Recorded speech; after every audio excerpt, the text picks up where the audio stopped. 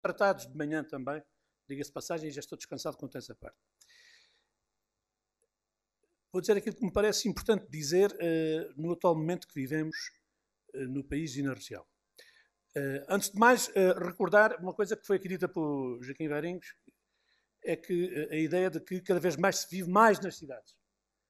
Há um número curioso, há umas projeções da OCDE, segundo as quais nos próximos 25 anos, 3/5 da população mundial vai residir em cidades. E há um número, por contraponto, que é curioso, porque em 1990 éramos 2/5 nas cidades. E, aliás, recentemente ocorreu até um ajuste de estatísticas demográficas que tem repercussões, por exemplo, na geometria do eleitorado, e vê-se um crescimento, aqui no Algarve constata-se isso, um crescimento do número de cidadãos eleitores nos principais centros urbanos. Há uma atratividade cada vez maior para os grandes centros urbanos. E neste contexto há uma pergunta que a mim se me põe como importante. É se as nossas cidades podem ser motores de desenvolvimento ou se, pelo contrário, elas correm o risco de se declinar, de se verem tolhidas nas malhas deste declínio urbano que pode acontecer.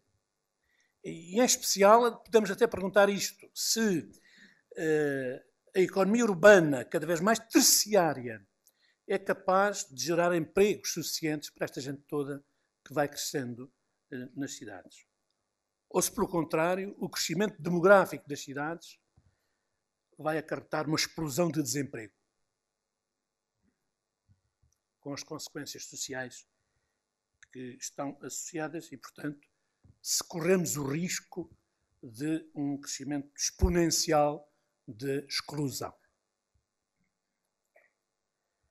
Por outro lado, hoje cada vez mais há e isto hoje de manhã foi muito focado durante as reflexões e as considerações dos nossos camaradas que intervieram de manhã, as questões ambientais são cada vez mais preocupantes,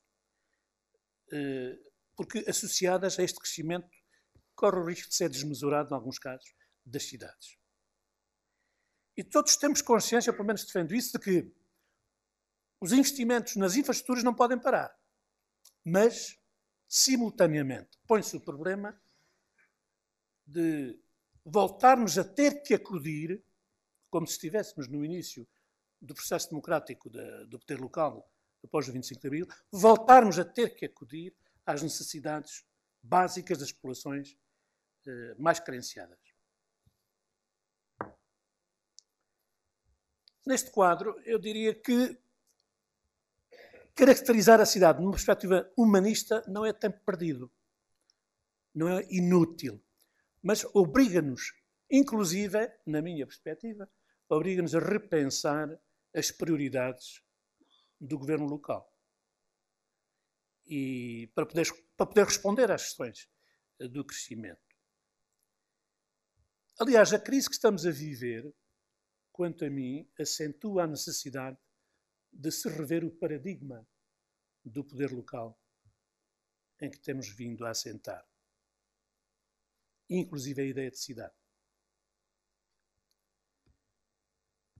Eu diria que esta crise até cria-nos novas oportunidades. Agora essa expressão está na moda. As novas oportunidades. E eu iria dar-me ao trabalho, para não estar aqui a filosofar sobre estas questões, de identificar aquilo que, quanto a mim, são algumas pistas muito concretas de intervenção prioritária dos governos locais e que podem configurar esse novo paradigma.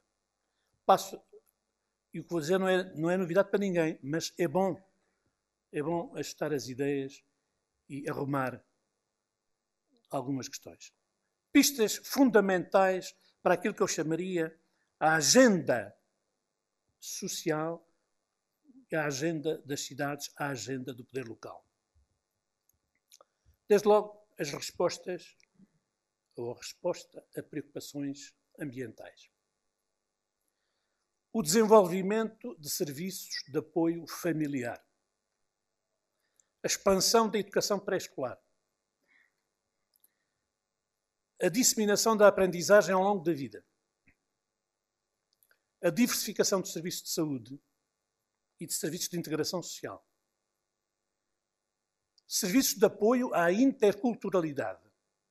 Cada vez mais este fenómeno da interculturalidade se põe fruto da mobilidade humana. Desenvolvimento de serviços de apoio às empresas, serviços de desenvolvimento regional, serviços de gestão urbana e serviços de gestão cultural. Deste elenco de questões, obviamente, não vou abordá-las todas, quanto para não seja por limitações de tempo, mas eu destacaria 3 questões sobre as quais queria partilhar convosco as minhas reflexões. E começaria pelas preocupações ambientais. Eu julgo que a cidade ocupa um lugar central, e isto confirmou-se pelas reflexões que vocês fizeram hoje de manhã, foram feitas hoje de manhã. A cidade ocupa um lugar central nas estratégias de desenvolvimento sustentável. E a bandeira da educação ambiental é fundamental. É parte necessária da educação cívica. E, portanto, põem-se desafios às cidades, às autarquias, para, em parceria com as escolas, criarem projetos de educação cívica fortemente marcadas pela educação ambiental. Por outro lado, não podemos esquecer quais são os vetores fundamentais, ou pelo menos alguns, da sustentabilidade ambiental de uma cidade. Por exemplo, e são questões muito diversas. Por exemplo, os RSU, o tratamento dos resíduos sólidos urbanos. Por exemplo, a gestão da água, que é um bem extremamente caro, mas é um bem estratégico no século XXI. E quando se fala da gestão da água, da sua qualidade, estou-me a lembrar de coisas que eu vi há bocado, até uma reflexão que a Jamila fez, e que me parece extremamente importante. A Jamila e também a Jovita ficou este aspecto. Cada vez é maior a necessidade de se apostar na terciarização do tratamento da água, no aproveitamento das águas residuais, das hectares, por exemplo, para o tratamento dos espaços verdes. A questão dos transportes urbanos é um desafio que se põe às autarquias, deste ponto de vista das preocupações ambientais, apostar cada vez mais em transportes urbanos que motivem as pessoas a utilizar o transporte público urbano e a prescindir cada vez mais do automóvel individual. E transportes urbanos que sejam planificados numa perspectiva de facilitar aos cidadãos a acessibilidade aos serviços e aos equipamentos públicos que as pessoas precisam. Mas também se fala da qualidade do ar. E, aliás, a desincentivação da utilização do automóvel pode facilitar aqui esta questão. E também as energias alternativas. Mas cada vez mais as pessoas, se vocês fizerem estudos de opinião ou enquetes em qualquer cidade, o que as pessoas põem à cabeça, desde logo, são espaços verdes, cada vez mais vai-se falando de espaços verdes, e